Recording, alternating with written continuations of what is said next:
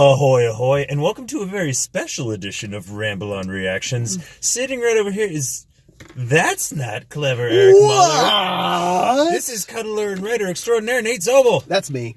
And I'm Handsome Dan Nye, I suppose. Him. We are doing a very special edition coming to you live from my car. What? Because we just got out of a screening of Avengers Infinity War. Yes.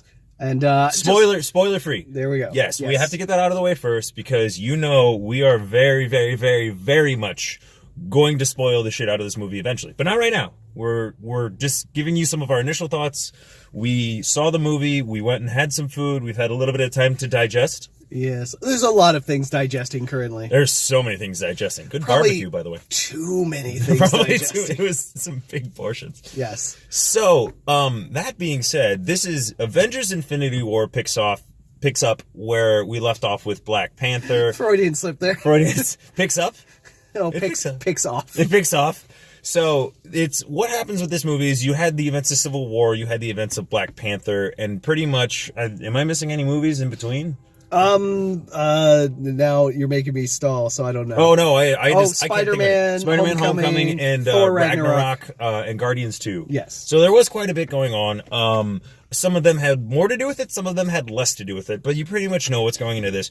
You're getting Thanos, the big bad, he's finally here. Mm-hmm. And this is what happens. And it is everyone. Just about everyone you can think of is in this movie. There's so many people. People who aren't in the movie, they do address, so it's not like, we're not going to tell you who that is, because, then you would know things. It's kind of a spoiler, so. But it is, we talked about it, it is Thanos' movie. What you're seeing is a lot of the relationships and where they're going to and from, in and about, with all of these things revolving around Thanos, because he's the big bad. This is what, and it's literally, you have a really cool thing, not a spoiler, it's in the credits, you get a nice little 10 years, and they tell you in Marvel, it's like, hey, by the way, we made it. 10 years. Starts with Iron Man, and now we've made it all the way here to Thanos. Made it, buddy. 10 years sober. 10 years. Oh, I'm drunk on MCU right now. I don't even care. Well, I actually have some alcohol in my system, too. But to what you say, I was really shocked that this is Thanos' movie. He is, I would say, not just the most significant character because, he's the one wrecking havoc. He gets the most screen time. He gets the most analysis. He has a character arc. Yeah. He has an emotional journey. This is MCU. Was not expected. Yeah, it's them finally learning from their mistakes because you get a lot of movies where it's just like, here's the villain, here's generic army, they're dead. Mm-hmm. So that's not this movie at all. So you're getting into it. Again, we can only talk about it so much without going into spoilers. You get everybody coming into it. You get them, and this is where we can't talk about it. You get a lot of team-ups. You get a lot of team-ups that you would not see otherwise, and they get really fun. They get really interesting, and you get some real cool stuff happening out of it. That's probably all I'll say about that one, because that's the most fun part is because I would say the action as a whole is probably even less than it was in Civil War, or because this was directed by the Russo brothers, or from Winter Soldier. I would say it's probably even the least of those three movies, just from an action standpoint. Where it brings it is in the fun character dynamics and the team ups and seeing this person interact with that person and so on. And there are stakes. They make it very clear very early and throughout as well to remind you there are stakes. There will be losses. Yes, and what you're getting with that is what he's saying about there's still plenty of action. There's still a lot of things going on. And it's none of it's bad, but like in Civil War, you literally had your breath taken. Like the airport sequence, everyone knows what happens. It's just a nerdgasm for 20 minutes. Yes. And then you get the end where you're getting the emotional climactic battle. And you do have some of those as well. They definitely do happen, but the focus isn't so much on the action itself. It's like where they're going with it, why the action is happening. So it's not so much glossed over, but it's like the action is there, and it's the Marvel action that you know and love. But it's like they didn't have to choreograph that airport sequence to give everyone their time, because everyone gets their time and everyone definitely shines. But it's not the focus of the movie. The focus of the movie is stopping Thanos, which is not a spoiler. Yeah, there's a lot to juggle with this, but it feels very well paced. everyone kind of has their own little moments. There's some characters that don't have as much as others, but that's basic. When you're dealing with hard to do. 30-something characters, that's going to happen.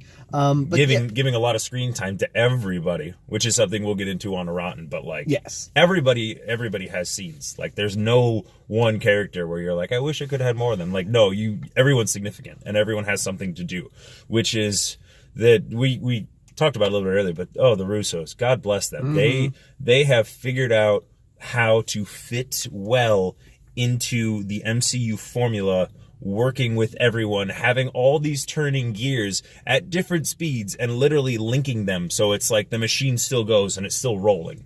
And when we say the machine is rolling, neither of us is using that in a pejorative sense. I think the Marvel Cinematic Universe movies often get labeled as like some kind of formula or a factory, as if like they don't have individual sort of personalities unto themselves, which I think that is an overblown complaint, especially for the last couple of years. That's kind of, they've blown past it. But the movie that this reminded me of the most was Lord of the Rings Return of the King, because it's climax. Things are finally coming together, sort of thing. And even with some of the CJ army battles as well. But I don't even know necessarily. Climax may be payoff. Sure. Because climax... indistinguishable, I think. Exactly. Yes. Well, in my opinion, climax, because you'd be building to something, and I think because you're building over multiple movies, it feels more like a payoff to me, because... Well, it's 10 years in the making of setup. Yes, exactly. You are getting payoff upon payoff upon payoff, because there's definitely, very obviously, a couple of climaxes in this movie. Well, and some emotional moments as well, especially if you're invested in these characters. That's probably all we'll say about that, because we'll go on to it later. Yes. Yeah, I'm not going to say much else about that, because there's not where else I can go without spoiling it. I'm sure. Is there anything else you want to cover? Anything else that we missed? It's hard not to go into too much anyone else. There's even thinly veiled things I could say about Carrie Coon's character, but it would spoil some other aspect. I love Carrie Coon as an actress. Great on The Leftovers and Fargo and other things. Yep. But there's so many just traps to spoil this movie. We're really nuts. It's more difficult not to spoil this movie. Like, if you're watching this on social media before you see it, bless you. I understand if you're waiting till after, that's cool too. We will definitely be, like I said, we're going to be doing a full-blown Rotten spoilers. We'll probably be recording it this Sunday. We're recording this on Tuesday right now, so this will probably go up later tonight. But it is the 10 years in the making. This is the movie you've been waiting for, because you get the first Avengers. That was great. It was well and good. Can literally be argued as the best comic book movie of all time. I think this one will eventually usurp it. It's still pretty fresh in our minds. But if you had to, I know you're going to write a full review later, but on the spot, gonna be difficult. Grade it for me. I'm probably in initial grade. Probably in a B+ territory, just because part of my hesitation is it does end in a way where it leaves you hanging for the next movie, which is going to come out in a year. I won't say anything more than that. So in a way, it's hard for me to fully judge this until I see how the next movie kind of works with it. So I'd probably be in the B+ territory. I would still give it an A. It's everything I was really wanting for and expecting in this Avengers movie, plus more. Anything we've said really can't be considered a spoiler. The strength of Josh Brolin as a performer. We definitely had to, just to address it real quick, is we were talking about it, and you can't do a character like this without an actor like Josh Brolin, because you have to have a lot of dynamics that you're getting. You already used Andy Serkis. Yes. And I do love me some Andy Serkis, but he's one of those performers who could have done something similar. But you need to have that kind of dynamic range in order to show a villain like this and really get you can't one up a Loki who you've had for 4 or 5 films, a significant role. You're not going to up that, but you definitely, in order to have someone that's immediately intimidating, you're not going to sympathize with him, but you're going to be like, what is this guy saying? This guy's got a silver tongue. He has a point of view, and he believes entirely in it, and he's willing to make sacrifices for it to matter. And those sacrifices, he's very much like a zealot, those sacrifices do have a cost for him, a personal cost that affects him. Yes. So, yes. So he's not just a big cruel heavy. Yeah. It's different than like just a faceless army and nameless anything else. So yeah, he does a great job. Really happy he did the mocap for it. But yeah, those are just some.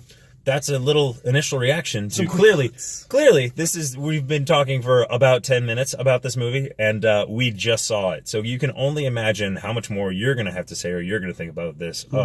Thank you very much for watching. Like, comment, subscribe, share, do all that. This is Nate Zoebl, writer extraordinaire.